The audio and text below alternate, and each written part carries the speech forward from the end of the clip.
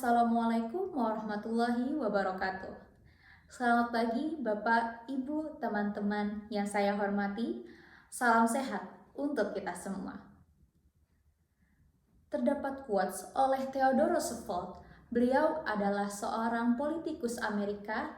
Beliau berkata, "Usia tua seperti hal yang lainnya. Untuk menyukseskannya, kita harus mulai itu lebih awal." Berdasarkan quotes tersebut, beberapa minggu yang lalu saya baru saja pergi ke Singapura, lalu makan di food court-nya. Lalu melihat banyak pelayan-pelayan di sana merupakan orang-orang yang kelihatannya sudah berusia, berumur. Lalu banyak pertanyaan yang muncul di benak saya.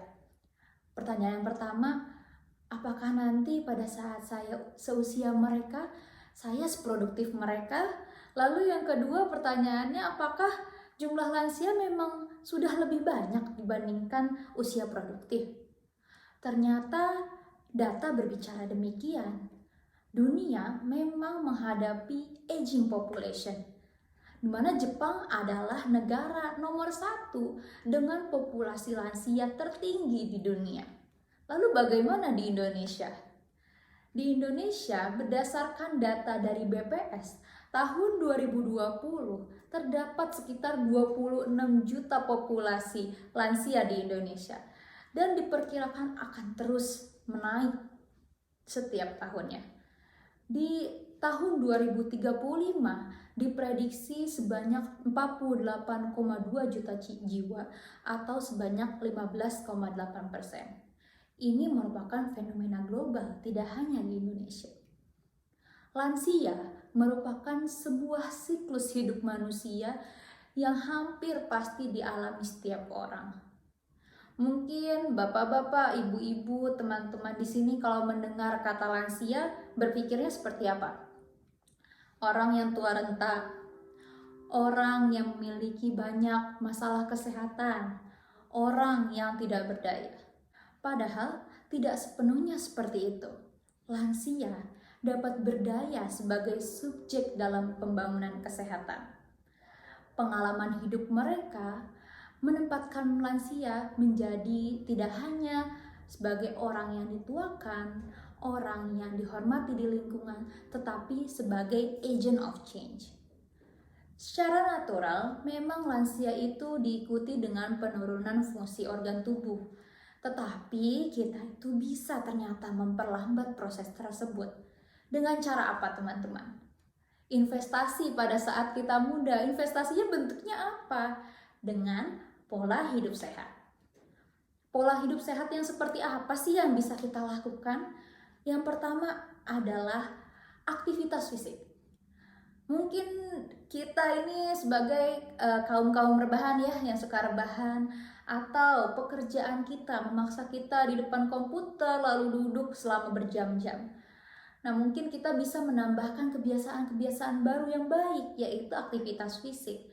Menurut American Heart Association, mereka merekomendasikan melakukan aktivitas fisik dalam seminggu itu jumlahnya 150 menit. Lalu tugas kita adalah memilih aktivitas fisik apa sih yang cocok untuk kita, yang cocok dengan kemampuan kita, dan kita bisa lakukan untuk rutinitas setiap harinya. Lalu yang kedua adalah makan yang sehat dan minum yang cukup. Makan yang sehat seperti apa? Kita mengolahnya sendiri. Mungkin memasak adalah kegiatan yang menyenangkan. Nah, kita kurangi makan-makan yang olahan, terusnya kurangi junk food setiap harinya. Lalu minum harus minimal 8 gelas sehari. Selanjutnya adalah mengelola stres dengan baik. Dimana stres itu pasti akan datang di hidup kita. Tapi pelajarannya adalah kita harus mengelola stres itu dengan baik agar kita bisa melewati fase-fase kehidupan dengan baik. Yang terakhir adalah istirahat yang cukup. Istirahat yang cukup ternyata adalah kunci untuk mendapatkan tubuh dan pikiran yang sehat. Jadi kita bisa setting kapan kita tidur dan kapan kita bangun, dan itu akan menjadi kebiasaan di masa yang akan datang. Pola hidup yang sehat itu pastinya butuh komitmen yang kuat. Nah, bagaimana sih cara Jitu untuk bisa membangun kebiasaan baik?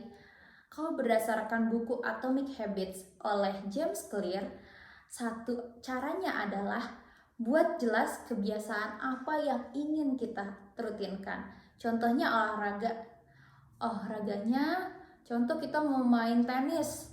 Tenisnya setiap Senin, Rabu, Jumat.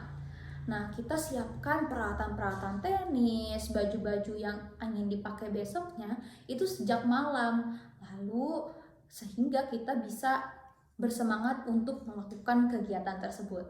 Lalu yang kedua, buat itu semakin menarik. Mungkin aktivitas fisik merupakan rutinitas yang baru yang kurang menarik bagi kita. Maka kita tambahkan aktivitas yang kita sukai. Contoh lagi treadmill, kita biasanya olahraganya treadmill. Nah, ditambahkan dengan sambil nonton drakor. Nah, itu menjadi hal-hal yang menarik bagi kita sehingga kita bisa melakukan itu menjadi rutinitas. Nah, harapannya adalah dengan kita melakukan pola hidup sehat, kita menabung untuk masa lansia kita menjadi lansia yang mandiri, aktif, sehat, dan produktif. Sebelum menutup pembicaraan saya hari ini, saya ada pantun nih ibu-ibu, bapak-bapak, teman-teman. Pergi ke Solo, makan salad. Makannya selagi panas agar terasa lebih nikmat. Ayo jalani pola hidup sehat agar menjadi lansia yang smart. Cukup sekian dari saya, kurang lebihnya mohon maaf. Wassalamualaikum warahmatullahi wabarakatuh.